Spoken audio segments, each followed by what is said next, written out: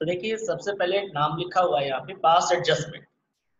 तो past adjustment या उसकी जगह लिखा है एडजस्टमेंट इन क्लोज्ड अकाउंट। इसका मतलब क्या हुआ कि when a firm close all it's books at the end of the accounting period. जब एक फर्म अपना सारा बुक क्लोज कर चुका है यानी बैलेंस शीट वगैरह बन गया है, उसके बाद में पता चलता है they have done some mistakes in distribution of the net profit. Okay, so after closing the accounts of a business, later on when partners find this, if they have done some mistakes, so to rectify that error they need to maintain a separate book that is known as adjustment in closed account. This means we are not going to open again all the accounts. Adjustment means here कि we just observe by how much the effects are coming. जो error हुआ है उसकी वजह से उसका effect कहाँ पड़ा है, किस अकाउंट में पड़ा है और कितने रुपए से पड़ा है। तो हम सिर्फ उस इफेक्ट को रेक्टिफाई कर लेते हैं जिससे किसी को कोई लॉस ना हो। और इसी एडजस्टमेंट को हम कहते हैं adjustment in closed account. This means अब एक एग्जांपल हम बताते हैं कि मान लो ए और बी दो पार्टनर हैं और इन लोगों का प्रॉफिट शेयरिंग रेशियो 3:2 था, ठीक है, और प्रॉफिट हुआ 5000 और इन लोगों ने किया क्या कि प्रॉफिट को बाय मिस्टेक 3:2 में ना डिस्ट्रीब्यूट करके ये लोग ने इक्वली डिस्ट्रीब्यूट कर दिया। तो आप बताओ कि अगर प्रॉफिट इक्वली डिस्ट्रीब्यूट कर दिया तो एरर क्या हुआ होगा, यानी 3:2 के हिसाब से इन लोगों को जो प्रॉफिट मिलने चाहिए थे वो कितना मिलना चाहिए था, 3:2 शेयर था, 5000 प्रॉफिट था, ए को 3000 मिलना चाहिए और बी को 2000 मिलना चाहिए।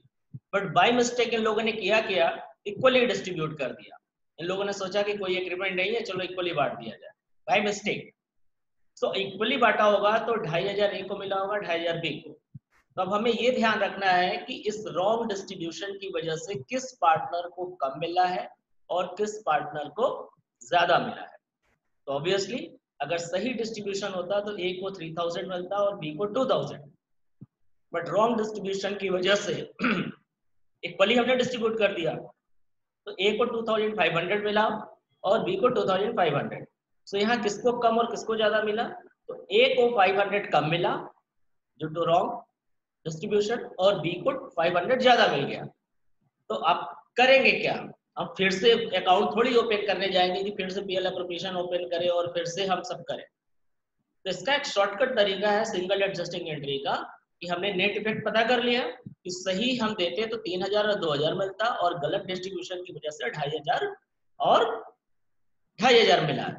तो जिसकी वजह से क्या हुआ कि 500 रुपए मिल गए हैं ज्यादा बी को और ए को मिला है कम 500। तो हम करेंगे क्या, आप नए एडजस्टमेंट में ए को 500 रुपीज और पे करेंगे और बी से 500 रुपीज वापस ले लेंगे, राइट। तो वापस लेने देने के लिए हम कौन से अकाउंट में रिकॉर्ड करेंगे, कैपिटल, क्योंकि पार्टनर्स को कोई भी इनकम अगर हम पे करते हैं तो वो उनके कैपिटल अकाउंट में जाता है। अगर कैपिटल फ्लक्चुएटिंग है, अगर कैपिटल फिक्स्ड है तो वो पार्टनर्स के करंट अकाउंट में जाता है। अगर क्वेश्चन में फिक्स्ड और फ्लक्चुएटिंग नहीं दिया है तो हम कैपिटल फिक्स्ड मानकर चलेंगे, सॉरी फ्लक्चुएटिंग मानकर चलेंगे, राइट।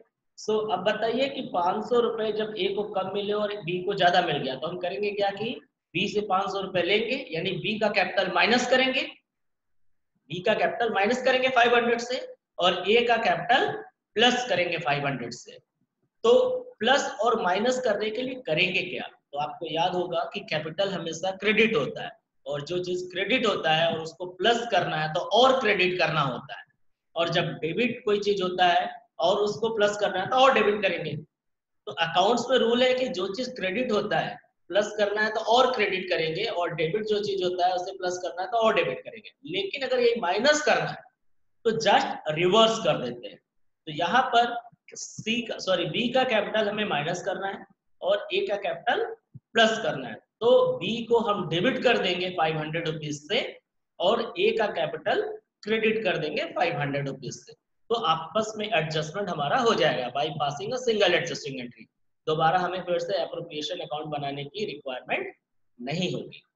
सो आप लोगों को यहाँ तक समझ में आया कि पहले हम लोग इसका मतलब क्या हुआ एडजस्टमेंट का, कि हम लोगों ने पहले से कुछ अगर से एरर हमने स्क्रीन पे sometimes you can read sometimes after the accounts of the partnership firm have been closed।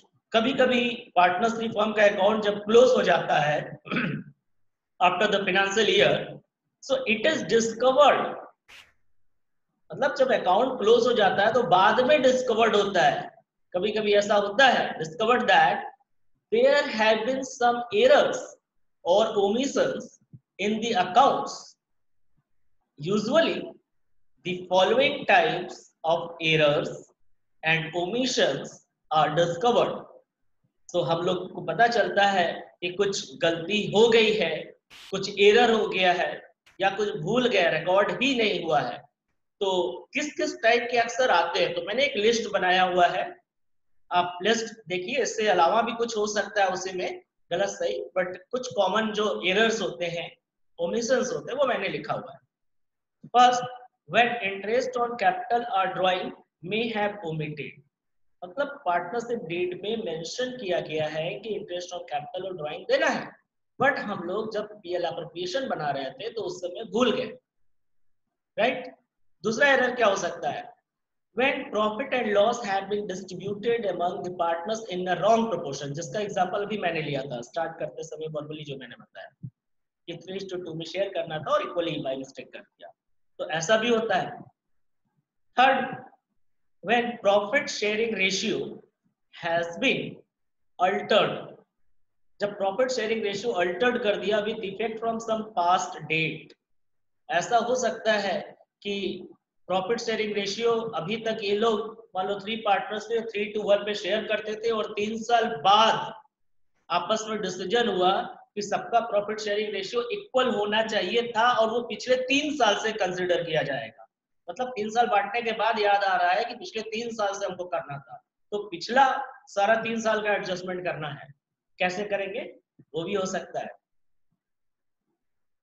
Fourth, when salary or commission payable to a person has been omitted, जैसे हम लोगों ने इंटरेस्ट ऑन कैपिटल ड्राइंग भूल गए, वैसे salary और commission भी भूल सकते हैं, भूल गए बांटने से पहले। in such cases instead of altering the closed account, तो कह रहा है जब एक बार अकाउंट क्लोज हो चुका है, अब पूरा अकाउंट फिर से ओपन करे, फिर से उसमें परिवर्तन करे, अल्टर करे, उसकी बजाय, तो कह रहा है in such cases instead of altering, यानी इन प्लेस ऑफ अल्टरिंग यानी चेंज करने की बजाय क्लोज्ड अकाउंट में, and the signed balance sheet, जो ऑलरेडी बैलेंस शीट सब लोग साइन कर चुके हैं, तो बैलेंस शीट रेक्टिफिकेशन और adjustment is made at the beginning of the next year. तो नेक्स्ट अकाउंटिंग ईयर के बिगिनिंग में हम लोग रेक्टिफिकेशन करते हैं by doing passing a single adjusting entry और doing adjustment. Okay, so these errors or omissions may be rectified in 2 ways। दो तरीका है रेक्टिफाई करने का। पहला, by passing a single adjusting entry with the net effect of the errors and omissions, जिसके बारे में भी हम लोग डिस्कस कर भी रहे हैं और अभी एक मैंने वर्बली किया भी था। और सेकंड है by passing a separate adjustment entries for each error and omission। थोड़ा ये लॉन्ग प्रोसेस है और इजी प्रोसेस लोगों को लगेगा जो थोड़ा सा कॉन्सेप्ट नहीं लगाना चाहेंगे, लेकिन सबसे सिंपल तुम्हारा ए वाला है, मतलब ये जल्दी हो जाता है, और बी वाले में आपको वापस रिवर्स करना होगा। तो अभी सबसे ज्यादा क्वेश्चन ए वाला जो यहाँ लिखा है इसी पे पूछा जाता है, तो हम सबसे पहले डिस्कस इसी का करेंगे। जब ये सभी लोग को अच्छे समझ में आ जाएगा, क्वेश्चन वगैरह आप सॉल्व कर लोगे, तब हम लोग बी वाला पढ़ेंगे। बी वाला एक ही 2 क्वेश्चन से क्लियर हो जाएगा, लेकिन क्वेश्चन में एग्जाम में पूछता क्या है, bye passing single adjusting entry, maximum time यही पूछता है अक्सर, तो हम लोग को इस पे फोकस करना है। Okay, so I think you all have read this and you can take the screenshot of this. Okay, now I'm coming to the next slide. So students, you can see here, हम यहाँ पर अभी आप लोगों को कैसे rectify करते हैं, डायरेक्टली उस पर नहीं बजा रहे हैं, हम आपको इसका बेस पे लेके जा रहे हैं, रूट पे लेके जा रहे हैं कि एक्चुअल होता क्या है, होना क्या चाहिए, कैसे। मैंने एक क्वेश्चन को 3-4 स्टेप में तुमको समझाने के लिए बनाया है। तो क्वेश्चन आप लोग रीड करो या स्क्रीनशॉट ले लो। यहाँ लिखा है A and B were partners sharing profit and loss in 3:2. Their capital stood on 1st April 2019, rupees 50,000 and rupees 40,000. Okay, so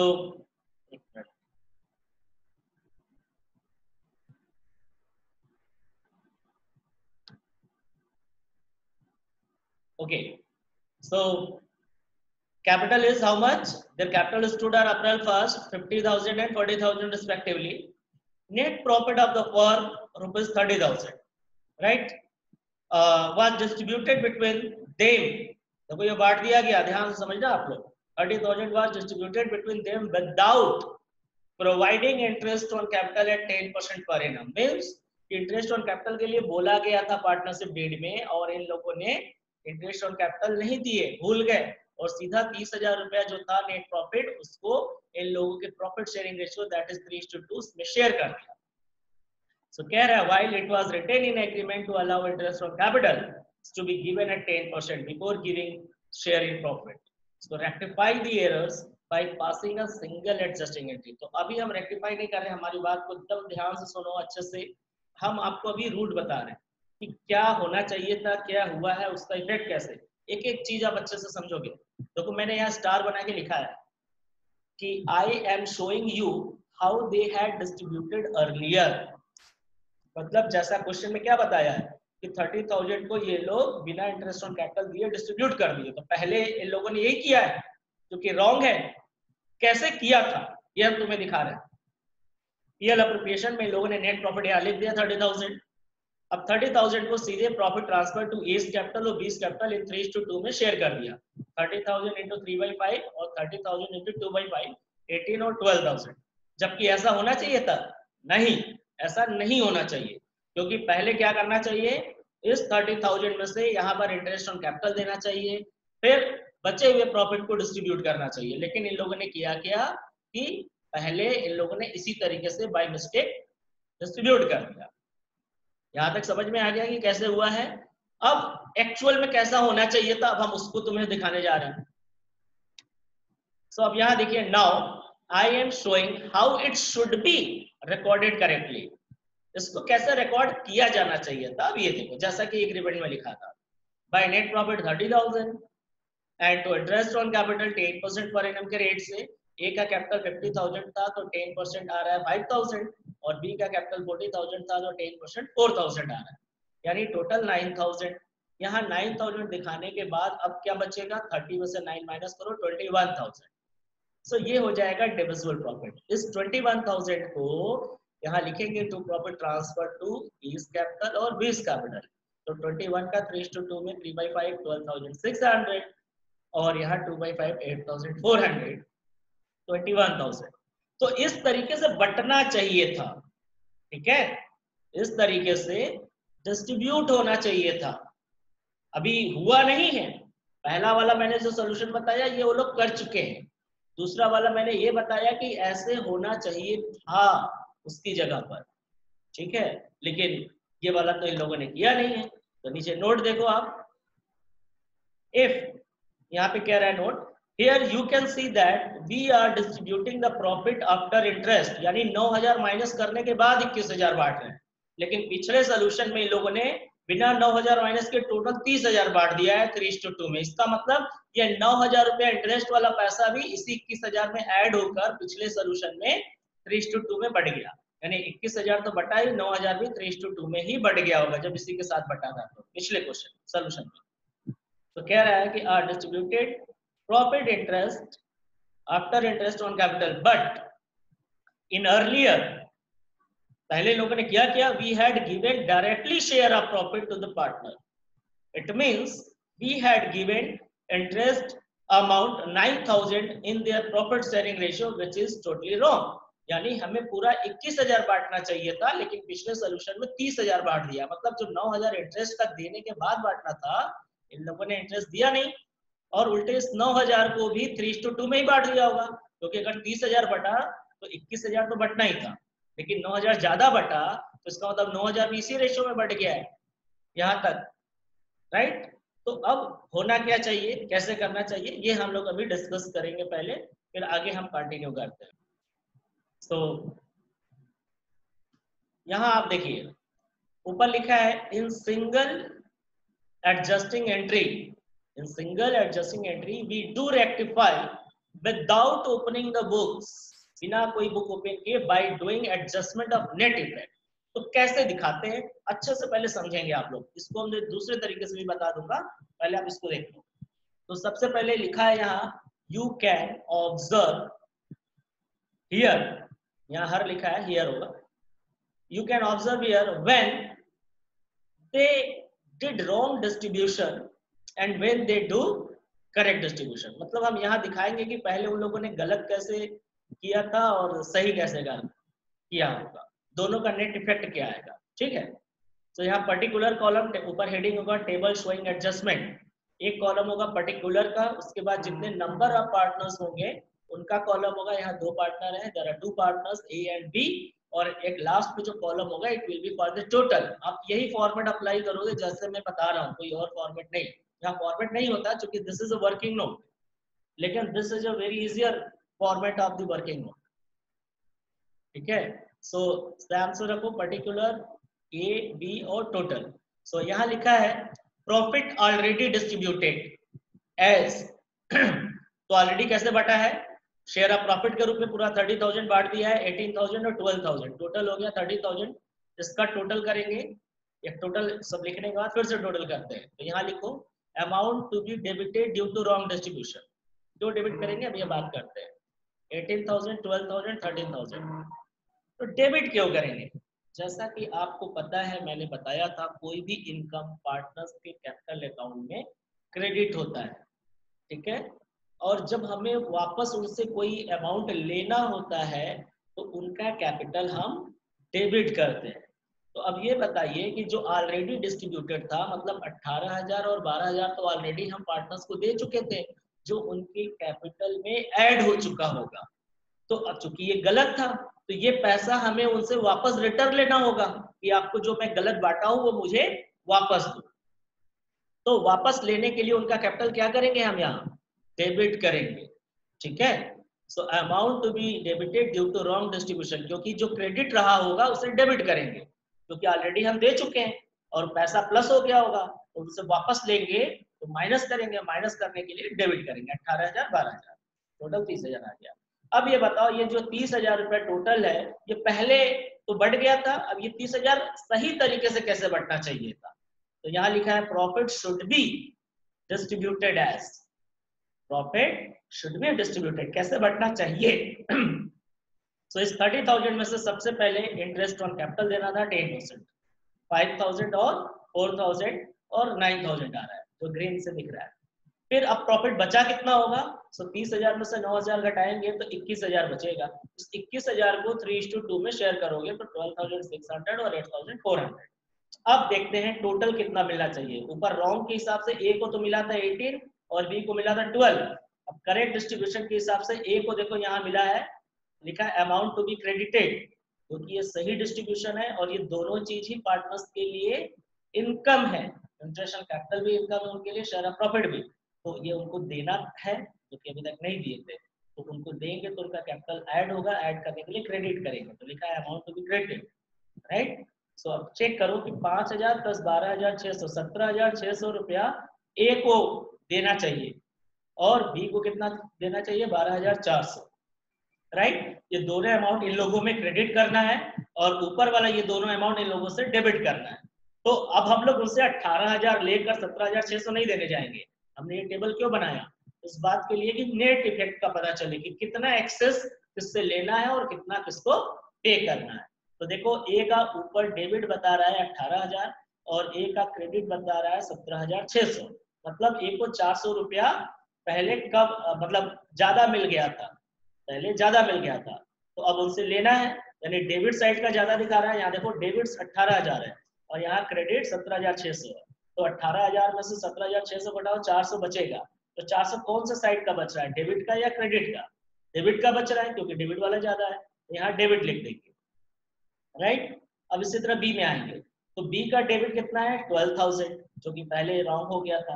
अब सही के हिसाब से बी को देना कितना है 12,400, मतलब पहले उनको 400 कम मिला था, अब 400 ज्यादा देना है, तो डिफरेंस निकालते हैं, 12,400 में से 12,000 घटाते हैं, तो 400 बचा। ये 400 कौन सा साइड का बचा, क्रेडिट वाला बचा या डेबिट वाला?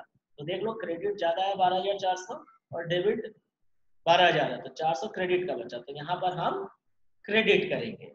तो यहाँ तक तो समझ में आ गया कि ए को डेबिट करेंगे 400 रुपए से क्योंकि उसको 400 ज्यादा मिला था, और बी को क्रेडिट करेंगे क्योंकि उसको कम मिला था, तो इनका एडजस्टमेंट हो जाएगा। तो इसके लिए हम एंट्री पास करेंगे, ठीक है। एंट्री पहले हम पास करके दिखा देते हैं यहाँ पे।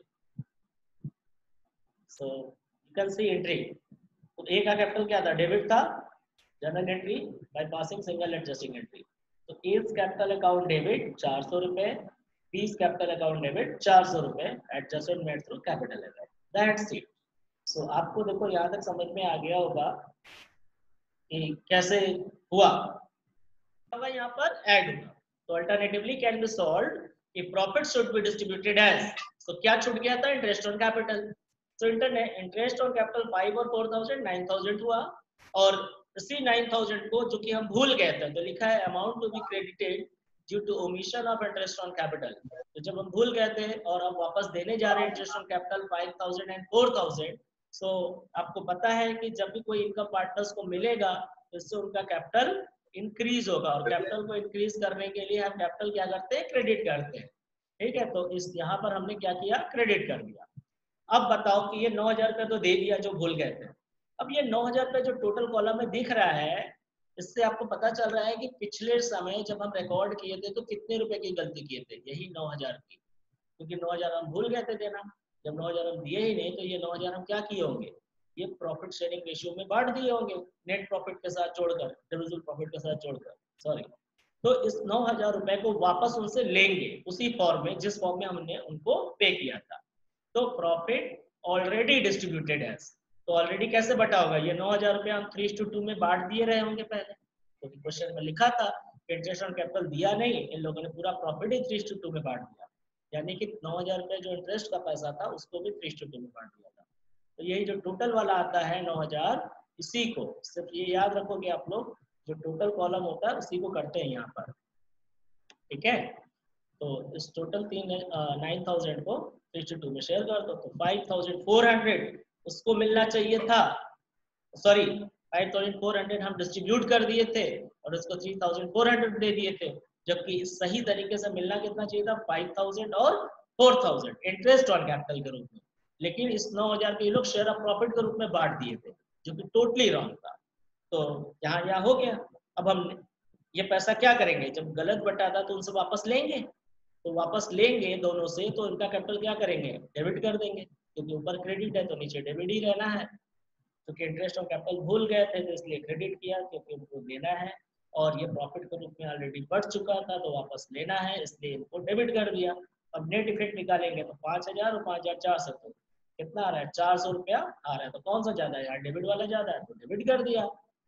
अब यहाँ पे 4,000 है और 3,600, तो 400 रुपया यहाँ पर भी डिफरेंस आ रहा है इन दोनों का, बी का, तो 400 रुपया कौन सा साइड का ज्यादा है, ऊपर क्रेडिट वाला ज्यादा है तो क्रेडिट कर दिया, तो सेम एंट्री पास हो जाएगा, A debit to B capital, यही है आपने किया है, देख लीजिए, A's capital debit to B capital. तो आपको समझ में आया कि चाहे हम पूरा प्रॉफिट लेकर चले, चाहे हम सिर्फ जितने रुपए से ओमिशन हुआ है, एरर हुआ है, सिर्फ उस अमाउंट को लेकर हम रेक्टिफाई करें तो भी हमारा आंसर सेम आना है।